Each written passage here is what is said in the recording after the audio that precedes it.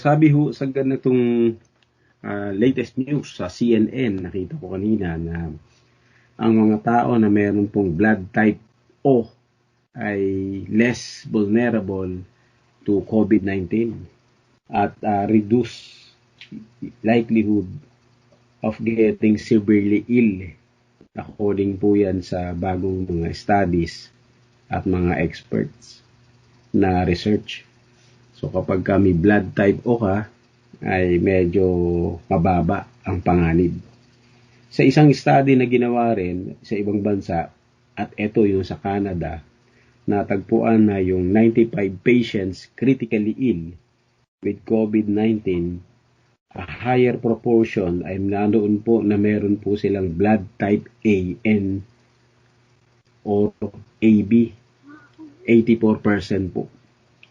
At kinakailangan nila ng mechanical ventilation as compared po with the patients na meron pong blood group O or B, 61% lamang. At yun po ay sabi po dun sa Canadian study na nakita rin nila na yung may mga blood type A or B or AB pala, no, AB, ay mas matagal po yung kanilang pinapanatili doon sa intensive care unit na meron pong 13.5 days. As compare po doon sa mga merong blood type group na O or B ay 9 days lang yung itinatagal nila. At hindi sila masyadong nangangailangan ng ventilation. So, ngayon mga kapatid, hindi natin pag-uusapan kung anong blood type meron ka. Hindi yun ang masyadong mahalaga. Ang pinakamahalaga rito ay sigurado ka ba sa kaligtasan ng kaluluwa mo kung sakaling ikaw ay dumating sa tulo ng lakbayin mo sa mundong ito. Dahil kung masuspend man yung ating pagkakasakit at kahit pa yung kamatayan, at the end, doon naman tayo uuwi lahat. Kaya kung ano ang pinakamahalaga sa lahat, ay hindi na alamin natin kung anong blood type meron tayo para lang iwas ng konti sa pag-aalala against COVID. Ang higit na pinakamahalaga dyan, upang lalo tayong hindi lang mag-alala, magkaroon tayo ng kasiguruhan sa pagharap natin sa walang katiyakang buhay na nasa mundong ito, magkaroon tayo ng kasiguruhan sa kaligtasan. Sapagkat kung ano man ang haharapin natin sa mundong ito, ang mahalaga ay nakatitiyak tayo na uuwi tayo sa walang hanggang presensya ng Diyos. Yun ang pinakamahalagang usapin at issue sa buhay. Now, the main subject to which Paul refers in this chapter 15 ng 1 Corinthians is the resurrection. But of course, mga kapatid, ito po ay nakaangkla doon sa Ebanghelyo po. Kaya idinidiin ni Apostol Pablo na meron pong resurrection of the dead. It is because the Lord Jesus Christ Himself resurrected. So here Paul describes how the gospel can be of benefit to men, to those who believe and firmly stand in it. So yun yung pinaka-vital issue sa buhay natin. And most significant ay yung kamatayan at muling pagkabuhay ni Jesus Christ na para sa ating mga kasalanan. Yun po yung dapat nating lalong matiyak. Alam nyo, ang gospel ay siyang napakalalim na dapat po natin lalo pang pag-aralan. Kung yung gospel nga, hindi pa natin halos alam lahat, mag-iiba pa ba tayo ng pag-aaralan? Di ba? Ang gospel, pag binasa nyo po sa napakaraming libro, ang dami pong explanation ng gospel. Sobrang lalim po nito, pero sufficient para magbigay ng pangunawa sa atin para sa ating kaligtasan. Kaya napakasarap pag-aralan ng gospel kasi sa dami pong angle nito, ipinakikita nito, ang dulo lang ito't gitna ay si Christ. Yan lang po. Pero ang daming gustong sabihin, no? Okay. So, again, mga kapatid, dito sa makikita natin, ay yung halaga ng gospel sa buhay ng Kristiyano ay ang tinutukoy dito the indispensability of the gospel. No, yung kahalagaan ng ebanghelyo, no, indispensability. Yan po ang makikita natin.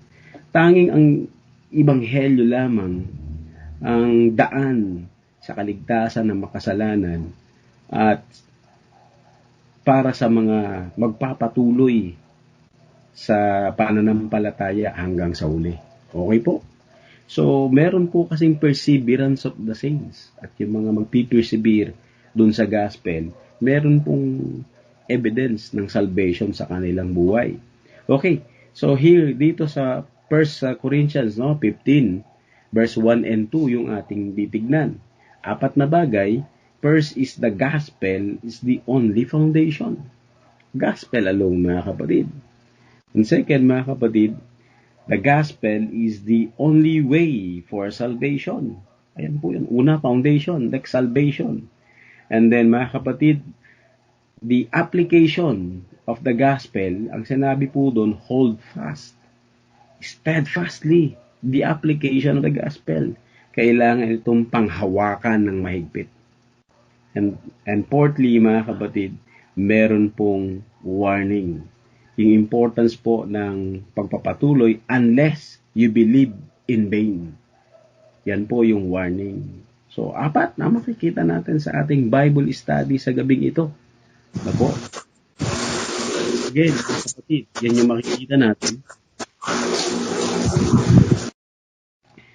Dito po ang makikita natin ay yung halaga ng gospel po sa ating buhay o para sa ating buhay. Okay, dito mga kapatid sa 1 Corinthians, anong sabi doon? Now I would remind you, brothers, of the gospel I preach to you, which you receive in which you stand. Ano po ang makikita natin dito? First, mga kapatid, the gospel is the only foundation. No? Pinakapundasyon yan. Wala pong iba na pundasyon. Na itong gospel na ito, letter A, was preached by Apostle Paul to the Corinthians. Of the gospel I preach to you. So the gospel ay hindi po ito declaration of God's love. Nandyan pa ba kayo? Pakinggan nyo ito ha. Ang gospel ay hindi po declaration ito ng God's love. Not primarily. Which all men delight in. Natutuwa ang mga tao pag pinag-uusapan ng gospel kasi ang iniisip nila, it's all about God's love. But actually, hindi yun. Hindi yun ang pangunahin na message ng gospel. Neither it is a mere statement that the fact of that Christ died upon the cross, which all men can understand. Naintindihan ito ng mga tao na si Jesus Christ ay nabuhay mag-uli. Pero hindi rin yun yung talagang pinaka-ultimate message ng gospel. So the word gospel, alam natin sa ating review, is good news. So the word was used in ancient times. Ito po'y pananagumpay sa digmaan. Nabanggit ko yan ng mga nauna nating pag-aaral dito. Also, this gospel, mga kapatid, is glad announcement o tidings of the good news about the coming Messiah. Yung kanyang buhay, his life, his sufferings, his death, and especially his resurrection. So, kasi po, hindi lamang ito crucifixion or death. Ito rin ay resurrection because there would be no atonement without resurrection. Kasi yung fulfillment po ng atonement nandun po sa resurrection ni Christ. So this gospel, mga kapatid, ay actually tumutukoy po ito tungkol sa justice. The gospel reveals the justice of God and the effectual satisfaction of that justice in the sinner's substitute. Yun ay si Jesus Christ. Ibig sabihin, it's all about God's justice. Kung saan sinatisfied po yung demand ng hustisya. At ang nagsatisfied nito ay si Christ. Yan po yung gospel. So kung na-satisfied po yung justice, merong salvation. Nakita niyo po yun. So yun po yung yung other side niyan, kaya naman ibinigay ng Diyos si Christ dahil nandun yung kanyang pag-ibig. Pero yung pangunahin na hindi nakikita ng buong mundo, yung justice ng Panginoon. Yan po ang hindi makita ng buong mundo. Kasi ang mundo lagi lang sinasabi, love, love, love. Pero yung justice, wala. Ang Diyos kahit mismo, ang kanyang kabuuang attributes, hindi po tumutukoy sa love. No? Ang kabuuang attributes ng Diyos, holiness. Kaya yan po ang dapat nating makita. Kung nakikilala mo ang Diyos sa aspeto ng kanyang love, kapos ka na. Dapat mas makilala mo ang Diyos sa kanyang kabuuan ng attributes niya, ay yung totality ng kanyang attributes is holiness. So lahat ng mga tao from Old Testament down to New Testament, ang mga nakakita sa vision sa Panginoon ay holy, holy, holy. Wala kayong mababasa sa Biblia na love, love, love. Wala. Meron po holy, holy, holy. Kasi yun po yung supreme perfection ng Diyos. At yun po yung kabuuan ng kanyang attributes. Kaya ang gospel, mga kapatid, ay manifestation yan ng kanyang ultimate justice. So, okay po. So it's enough. So here the doctrine that He died for sins and was buried, as well as the doctrine of His resurrection. Makikita natin yan dyan. Yan yung gospel. Namatay para sa ating kasalanan. Justice talaga yan. Verses 3 and 4. So the Christians also did stand in the same gospel of truth. Yan yung letter A, was preached. Letter B, mga kapatid, under ng number 1. So the only foundation, ang sabi niya, which you receive, in which you stand. Yan po yung makikita natin. Hindi lamang being preached. Ito'y tinanggap nila at kanila itong pinanindigan. Ibig sabihin kanila itong in-embrace o niyakap, admitted as true, and the means for conversion. Tanging paraan para ang isang tao ay mabago o baguhin, iligtas. So, ito ang tanging sandigan ng buhay at pananampalataya ng bawat tunay na Kristiyano. Ito rin ang pundasyon ng isang iglesia, yung tunay na iglesia ng Panginoon is the gospel of Christ. Si Christ lang. So yan po ang maliwanag.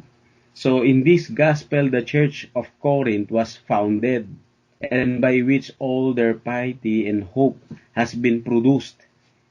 At mismo, mga kapatid, dito rin nakabase yung kanilang life and faith. Yan yung foundation.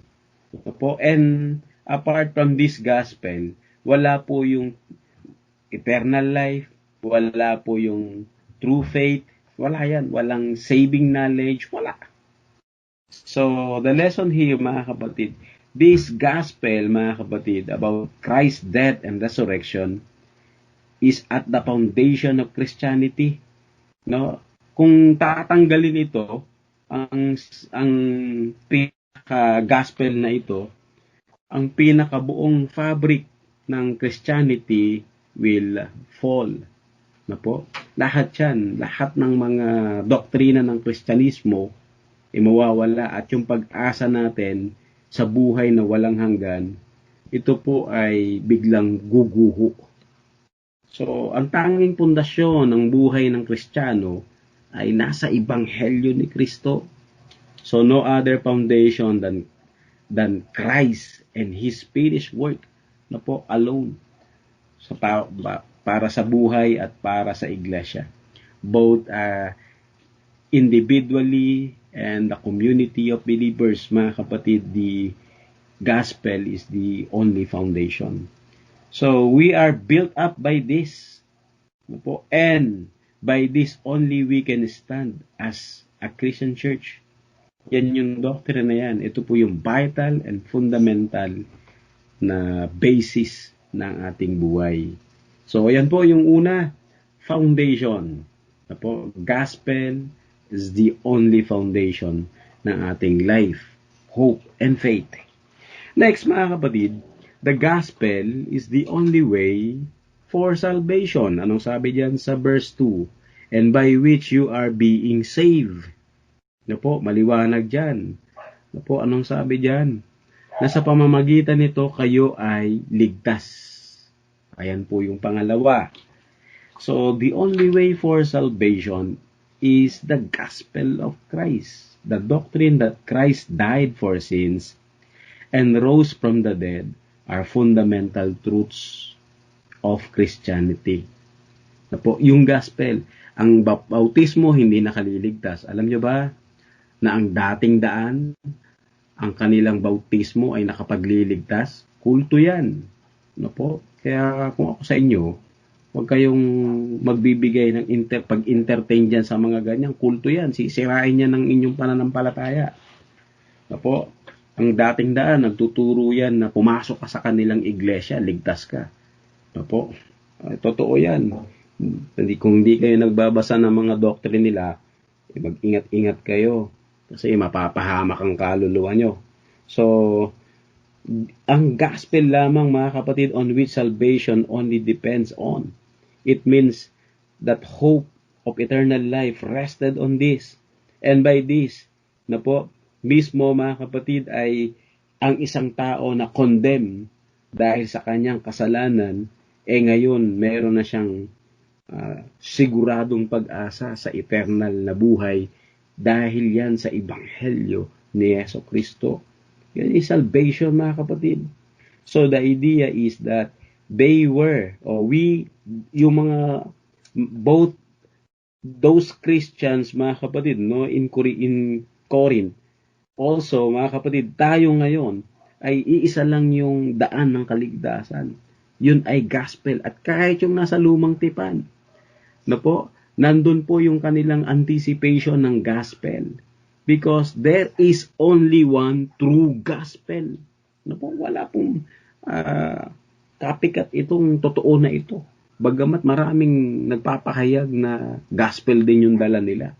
Alam niyo po, kapag ka ang isang sino man ay nananalig sa salvation outside kay Christ, halimbawa, membership ng church, bautismo, no? Yan ay kulto yan. Kasi gospel lang ang dapat ang way ng salvation. No? Wala nang iba. Okay, so this gospel, mga kapatid, is indispensable, no? Para sa ating kaligtasan. Kung wala ito, mga kapatid, wala pong tunay na pananampalataya, walang tunay na buhay, wala pong kahulugan ang manalig pa sa Diyos kung wala po yung gospel. Kaya yung gospel, mga kapatid, ito ang tamang daan. No po, hindi dating daan. Tamang daan yan, yung gospel. No po, so balik tayo sa gospel. So yan yung focus, yan yung inaaral natin. Kung ano meron man tayong dapat i-explore sa mundong ito, yung gospel, mga kapatid. Napakaraming theologian na yung gospel ang tinutukan. Hindi sila nagkatapos-tapos. Talagang gospel pa rin. Dahil yung gospel, mababaw, pero napakalalim. Okay. So, number 3, mga kapatid, na makikita natin dito is the application of this gospel is, sabi rito, to hold fast.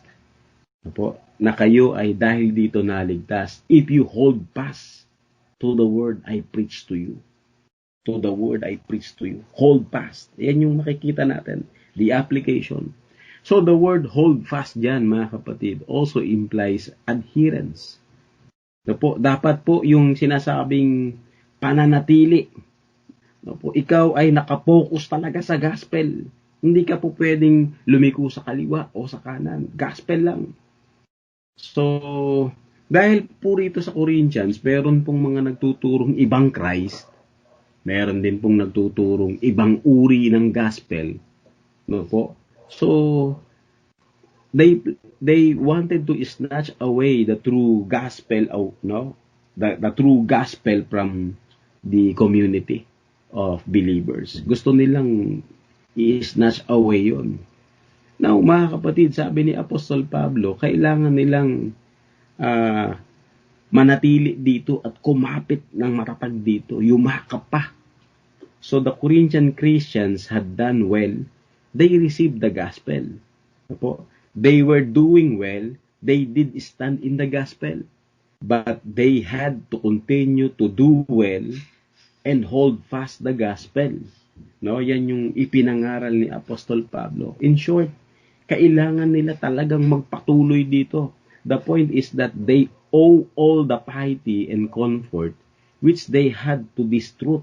Saan? Sa gospel. And that, therefore, they should still adhere to them. And to it as the foundation of their hopes. Our hopes. Through the gospel. Now, kung mahal natin yung ating kaluluwa, kaluluwa yung pinag-uusapan.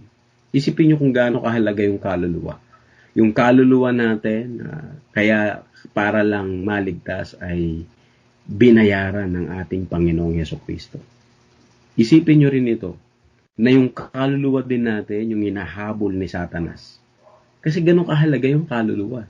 Eternal yun yung patutunguhan nun Ngayon ganito, kung mahal natin yung kaluluwa natin, kung paanong minahal ito ng Diyos, at gustong-gustong tangayin ng dyablo. Isipin nyo ito, mga kapatid, na ang tanging paraan lamang para tayo ay makapagpatuloy sa buhay pananampalataya at hindi maagaw ng kaaway ay manatili sa gospel. Yan po yung application niyan. Hebrews 10:23, pakinggan nyo, let us hold fast the profession of our faith. Yung faith yan, mga kapatid, ay doon sa truth. Yung truth dyan ay tumutukoy na yan sa gospel. So the saving truths of the gospel must be fixed in our mind. Fixed. Revolve much in our thoughts. Sa puso't isip mo, dapat gospel. And maintain and held fast to the end for our salvation. Yan po yung dapat yan. So dapat nandun po yung faithfulness natin. Retain or held the doctrine delivered to us by the apostles. Yan po yung makikita natin.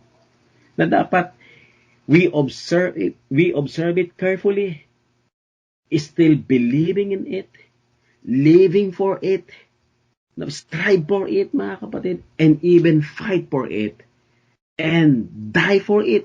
Dito tayo mamamatay. Yan po yung gospel. Ipinaglalaban natin to. Hindi ng patayan, kundi kahit tayo ay mamatay. Dahil yung gospel, mga kapatid, ipinanalo na yan ng Panginoon. So your and my future salvation are being brought finally to glory will now depend on this gospel. Yan po yung mahalaga. So if by His grace, we remain faithful for what we have received, and then, mga kapatid, surely, naroon po yung ating salvation through the gospel. So, by holding this truth firmly, that Christians are made to stand in the day of trial and kept faithful to God. Even in severe trials, we will remain faithful to God because of this gospel. And without that gospel, mga kapatid, in your life, tandaan mo ito. Ikaw yung isang parang tatakbo-takbo, tatalon-talon, hindi mo alam kung saan ka. Wala kang kapayapaan kasi wala ka talagang nourishment from the gospel Pero kung yung gospel ay naging sentro talaga ng buhay mo, hindi ka aalis sa gospel. Yan ang totoo dyan. So, pang-apat, warning. Now, the importance of perseverance of faith, ang sabi rito, unless you believe in vain. That's the importance of perseverance of faith to the gospel. Now, itong Corinthian church na ito, kung hindi sila magpapatuloy sa pagyakap sa Ebanghelyo, one day, they might let go of the gospel. And if one lets go of the gospel, or their previous belief won't do them any good, it was as if they had believed in vain. Yan po yung gustong sabihin noon. Anong gustong sabihin? Kung sa simula lang, naniwala sila sa gospel, pero along the way, bumagsak din sila. Ang totoo, wala silang tunay na pagkakilala sa gospel. Yan ang totoo niyan. Na hindi sila nakapagpatuloy. All their previous belief won't do them any good. So, you will be saved by it if you adhere to it unless it shall turn out that it was vain to believe and that the doctrine was false. So, it won't save us, mga kapatid, if we do not attend to it, yield to its power, and continue to do so at the end. Po, hindi ho ito magliligtas sa atin kung hindi ho talaga ito ay bumago sa atin. No po, tayo ay pinagtibay nito. Tayo ay pinagpapatuloy nito hanggang ngayon. No po, hindi po. Hindi ho talaga tayo maliligtas. So, if at the end, mga kapatid, anyone gave up this truth, they left themselves no ground to stand upon, no footing in the faith. Wala po silang paninindigan, wala silang tinatayuan, wala silang tungtungan. Kung at the end, mga kapatid, ay pinitiwan nila yung true gospel. The warning here, mga kapatid, na idinidiin natin, nasa larangan tayo ng warning number 4. Yung sinasabi dito na unless you continue and persevere in the faith to the gospel, you or even I shall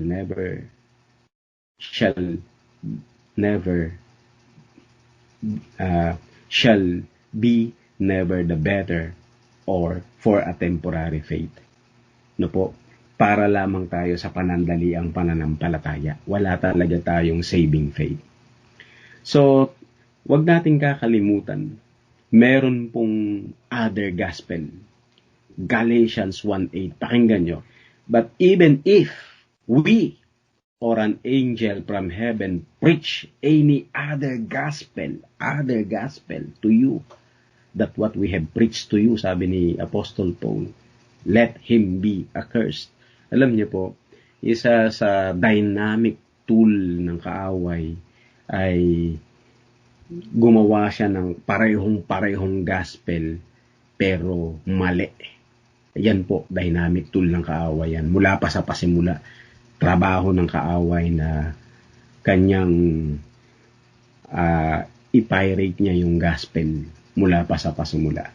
Sa huli, mga kapatid, na application natin, love the gospel of Christ so much. So much. Higit pa sa trabaho mo. Ibigin mo ang gospel. Paano? Huwag kang mag-aral ng mga false teaching. Mapapahamak ang kaluluwa mo riyan. Mag-aral ka lang ng truth. Pag nakita mo na yung truth, madali mong makita kung alin ang error. Pero pag hindi ka nag-aaral ng truth, inaaral mo yung error, hindi mo makikita ang katotohanan. Akala mo pati yung error truth na. Yan ang malaking kasinungalingan ng kaaway. So, love the gospel. No, mahalin mo yung gospel. Paano? Spend time on reading the scripture. Even hearing the gospel preaching sa YouTube. Yung gospel, wag yung umaangkin lang na gospel, hindi naman totoo. So mag-ingat, mapapahamak ang kaluluwa. Now, sabi dyan ni Apostle Paul sa verse 1, now I would remind you, brothers, no? Anong ibig sabihin ni Apostle Pablo? Here it does not mean that he was communicating to them a new truth, but he wished to remind them the truth from Old Testament. Yung preaching niya sa kanila, ito pa rin yung preaching mula sa Old Testament. Ito pa rin yung preaching niya na hindi nagbabago. Paul founded the church at Corinth doon sa Acts 18:1. Nag-preach ng gospel doon. At ngayon, mga kapatid, sinasabi niya, I remind you. So, ibig sabihin, napakahalaga ng reminder sa mga believers. Dahil tayo mga believers, kahit sumampalataya na, naroon yung punto na pwede tayong makalimot, pwede tayong bumabaw, pwede tayong pumurol. Di lalo na yung hindi naka-expose dapat sa gospel o may expose pa sa iba. Yun yung delikado. kaluluwa mo ang mapapahamak dyan.